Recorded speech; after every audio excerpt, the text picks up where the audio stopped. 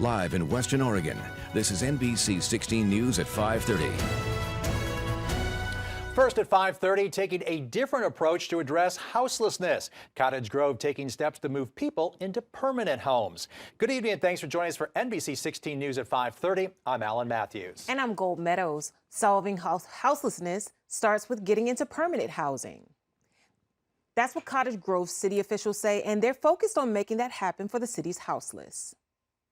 3 shelters are slated to close in Cottage Grove. It's to open a one-stop shelter with staff to help the houseless overcome obstacles to housing, which is what the city's manager says is most important. What we've decided to do is to work with St. Vincent de Paul to develop a business plan that we will use to transition from the 2 shelters that are unstaffed currently to a new shelter, and then close the 2 unstaffed shelters.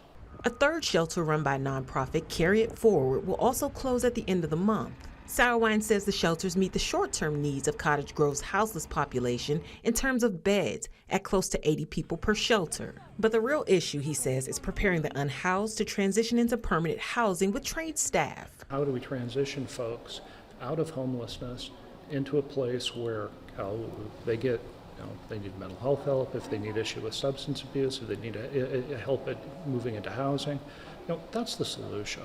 Finding housing isn't easy for anyone in the city with a vacancy rate of 2%. In 2018, the city came up with a plan to develop 69 units a year for the next 20 years to ensure both the housed and unhoused have access to housing when they need it. Half would need to be single-family homes and the other half multifamily units. Maybe their family has grown and they need that 2-bedroom space, which would then vacate maybe a smaller space at a lower rent level. Right now, Cottage Grove's vacancy rate is so low that it's really just tough to find a place at all. They've begun the work with the development of a lot beside the Village Green Hotel. The site will be known as the Pine Springs Apartments and feature 120 market-rate multifamily units. For example, Mongan says that's roughly $1,500 for a 2-bedroom unit. They've also initiated Project Sparrow on 35 acres on the south end of town. The goal of that project is to bring in 400 more dwellings across all housing types. That includes cottages, duplexes, multi- and single-family units, attached and detached housing units.